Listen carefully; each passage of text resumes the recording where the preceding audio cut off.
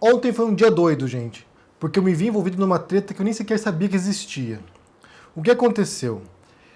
A Antônia Fontinelli, youtuber e atriz, né, que foi atriz, também não sei quem é exatamente, eu já vi um vídeo ou outro dela entrevistando Damares, entrevistando Carla Zambelli, entrevistando acho que Sarah Winter, que ela entrevistou também. Sei que é bolsonarista, sei que é apoiadora do presidente ainda hoje, e ela, no Instagram dela, com 3 milhões e pouco de fãs, de seguidores lá, publicou um vídeo meu antigo no qual eu criticava o Felipe Neto por causa de um outro vídeo dele, mais antigo ainda, e que eu não sabia que era antigo. O que aconteceu foi o seguinte, esse vídeo não está no meu canal mais, eu retirei, e eu vou explicar logo em seguida por quê. E eu fui lá no Instagram da Antônia Fontinelli e expliquei a situação. Que a minha opinião já não era mais a mesma e que ela estava usando um vídeo que não refletia mais aquilo que eu penso hoje e que se ela quisesse realmente divulgar meu trabalho, que divulgasse o meu canal para que as pessoas pudessem vir hoje saber o que eu penso. Porque tem uma coisa, nós que somos progressistas, um dos princípios talvez elementares dessa visão de mundo é que a sociedade pode melhorar, a gente pode avançar para um local melhor e nós como indivíduos também possamos melhorar. Também possamos aprender com nossos erros. Porque qual era o conteúdo do vídeo? Aqui eu vou explicar porque esse vídeo sempre retorna e a extrema-direita usa para atacar o Felipe Neto e usa para me atacar também, muitas vezes. Tinha um vídeo do Felipe Neto antigo, não sei de quando que é, acho que 4 anos atrás, não sei, realmente não sei de quando que é, no qual o Felipe Neto falava palavrões, falava coisas que para mim eram absurdas, pensando no conteúdo para criança, pensando que crianças assistiam o Felipe Neto. E eu fiz esse vídeo, publiquei esse vídeo no começo de 2018. Esse vídeo foi usado por um outro canal enorme, que também queria atacar o Felipe Neto, justificando, com base na minha opinião, foi parar num canal de fofoca na internet. E o que eu dizia é que eu, como pai, fico de olho no conteúdo que meu filho assiste. Fico acompanhando, para que o conteúdo seja adequado à faixa etária dele. E naquele momento, eu disse que não deixaria meu filho assistir Felipe Neto. Como amigos nossos com crianças deixavam. Bem, o que aconteceu? Esse vídeo viralizou, muita gente assistiu, muita gente veio através do Twitter News, desse outro canal também que usou esse vídeo meu, e o Felipe Neto me escreveu, através de uma amizade comum, ele me escreveu e falou assim, olha, posso falar contigo? E eu não entendi, na verdade, por que ele queria falar comigo, porque na época o meu canal devia ter, sei lá, 30 mil inscritos, era um canal pequeno, em relação a hoje, pelo menos.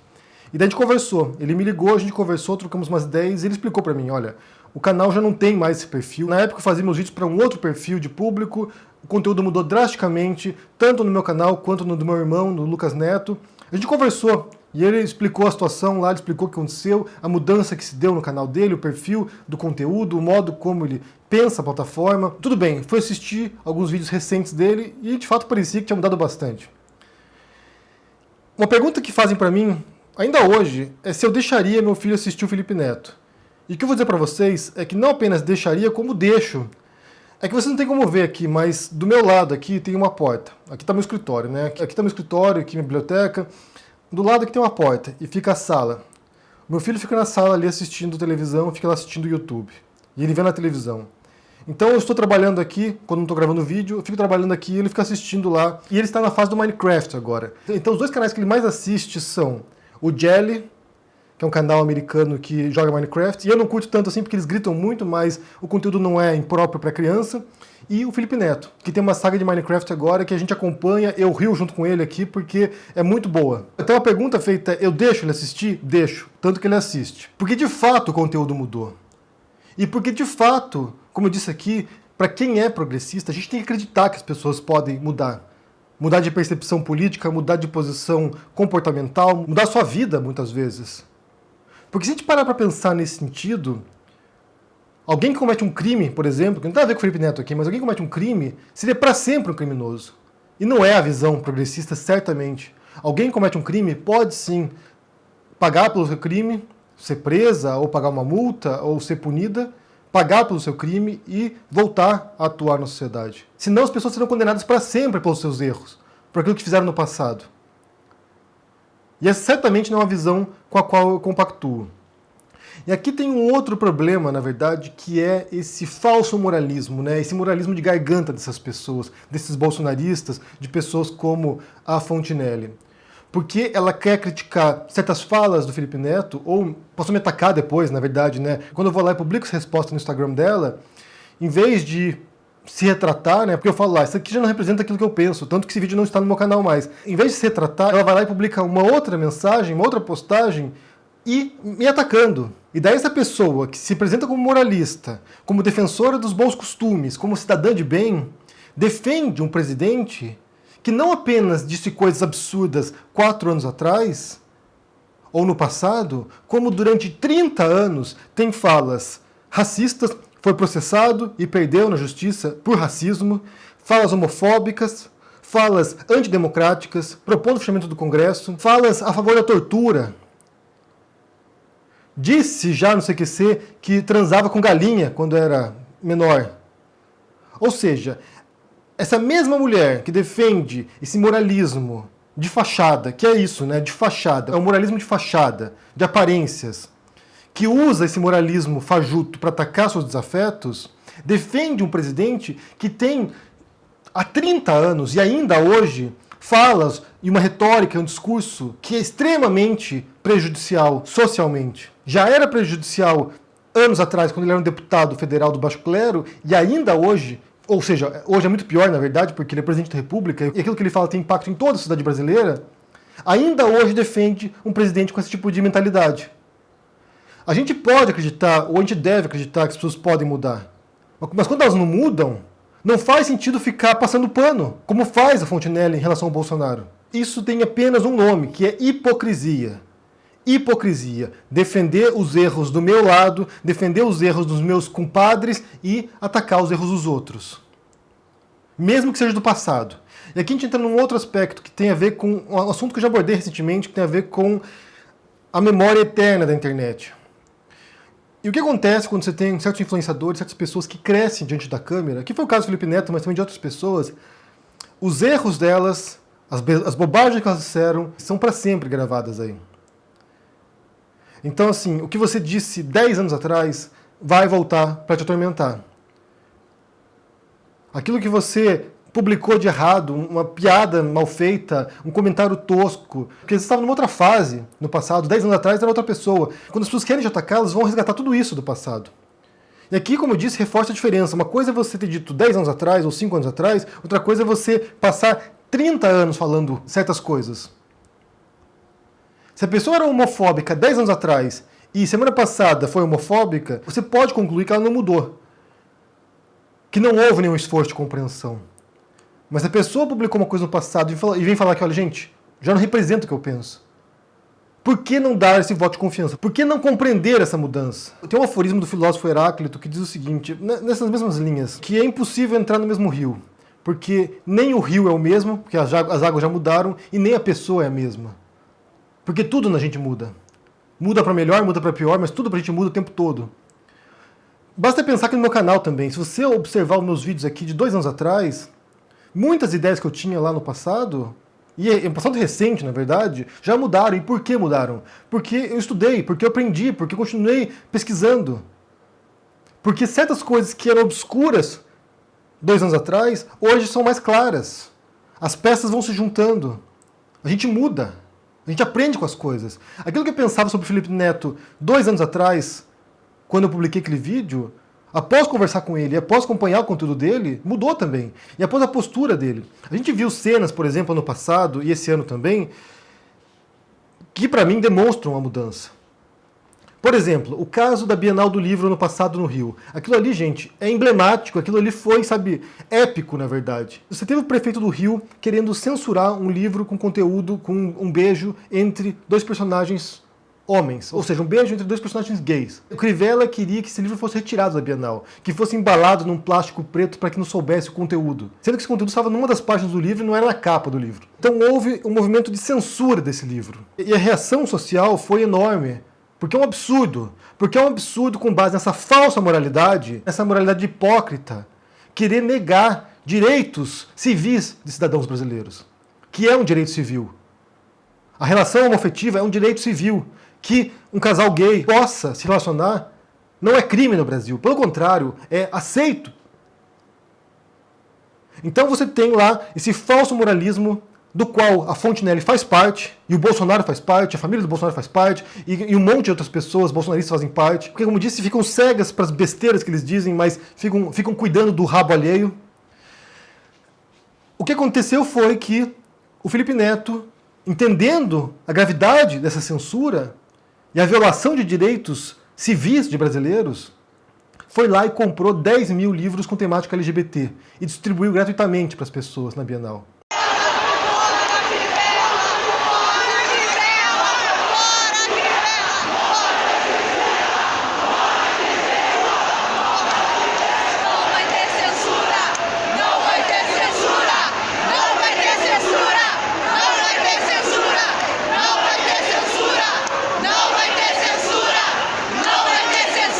Aquilo ali foi simbólico.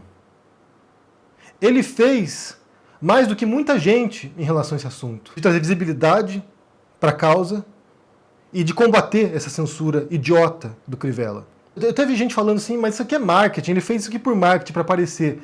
E aqui está a questão, eu não sei a intenção das pessoas. Eu sei a minha intenção, eu sei aquilo que eu penso. Eu não posso ler a mente dos outros. Eu não sei o que passou na cabeça do Felipe Neto. Mas eu sei os atos das pessoas. Eu não sei o que passa na cabeça do Bolsonaro, mas eu sei os atos dele, aquilo que ele diz. O Bolsonaro pode ser a pessoa mais amorosa do planeta, pode ser o Gandhi em seus pensamentos. Mas na prática, o discurso dele é de ódio, é de divisão, é de intolerância, é de violência. Divide os brasileiros. Piora a situação. Eu não sei o que passa na cabeça do Felipe Neto, mas o ato que ele fez e a retórica dele nos últimos tempos me levam a pensar que ele é um importante aliado nesse confronto ao obscurantismo, nesse confronto à intolerância. Quem assistiu o Roda Viva dele viu isso. A gente fala aqui de um influenciador que tem quase 39 milhões de seguidores no YouTube, milhões de seguidores no Twitter, milhões de seguidores no Instagram. Não é uma voz a ser negligenciada.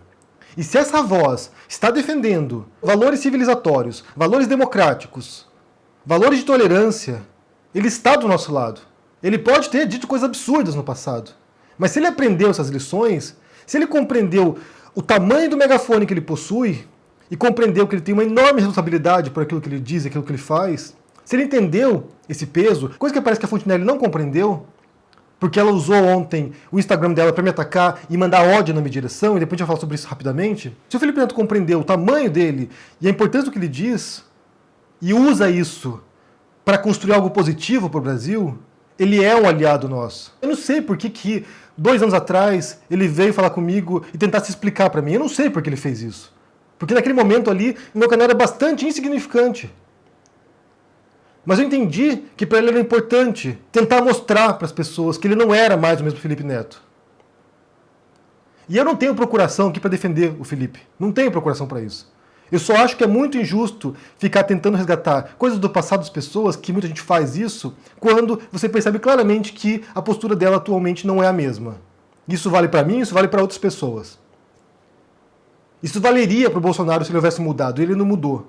Continua a mesma porcaria. E eu mencionei aqui sobre os ataques, né? Porque ontem, graças à cidadã de bem, né? Graças a essa mulher cristã, a Fontinelli, milhares de pessoas foram no meu Instagram para me atacar. Inclusive, se você não conhece meu Instagram, vai lá conferir, porque agora eu preciso da força de vocês também, porque são milhares de pessoas. Eu fui atacado já no Facebook, milhares de pessoas me atacaram lá, já fui atacado várias vezes aqui no YouTube, milhares de pessoas me atacando, já fui atacado no Twitter também por bolsonaristas, agora é a primeira vez no Instagram. Então vão lá, passem a me seguir também para dar essa força, porque é muito chato.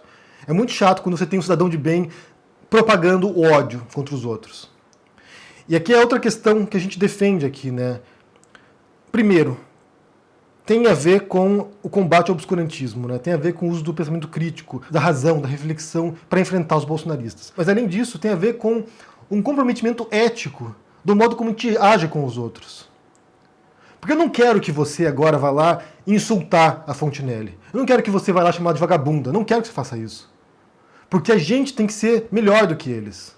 Se eles são o cidadão de bem, a gente tem que ser um cidadão melhor. Se eles pregam ódio, se eles pregam esse tipo de intolerância, a gente não vai fazer a mesma coisa. E você não precisa ser um cristão para pensar assim. Basta você pensar eticamente. O tipo de mundo que você quer.